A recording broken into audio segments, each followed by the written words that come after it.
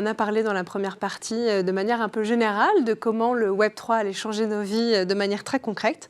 Qu'en est-il de l'accès aux connaissances, de l'éducation? Est-ce que vous voyez déjà un impact aujourd'hui, Jérémy Giraud? Alors aujourd'hui, on est dans une phase encore assez précoce sur le thème de l'éducation. Je dirais que les secteurs qui ont été les plus impactés, c'est avant tout le secteur financier, tous les secteurs liés à la compliance, au légal. Et sur l'éducation, on a déjà des initiatives qui sont intéressantes, mais on est, disons, un peu plus tôt. Ce qu'on voit néanmoins, c'est qu'il y a, disons, quelques dynamiques qui reviennent.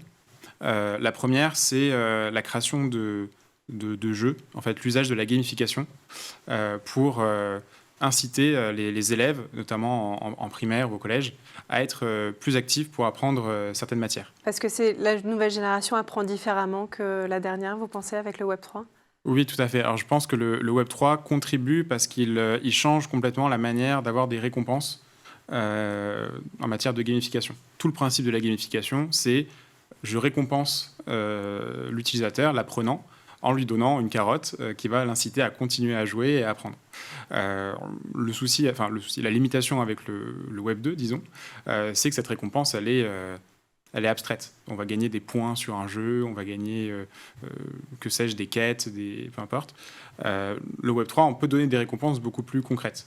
On peut, par exemple, nouer des partenariats avec des théâtres, des cinémas, des librairies, et automatiquement, dans l'application, permettre aux élèves d'avoir tout de suite des récompenses qui sont factuelles, en dur, hein, ancrées, qui ne sont pas de la théorie.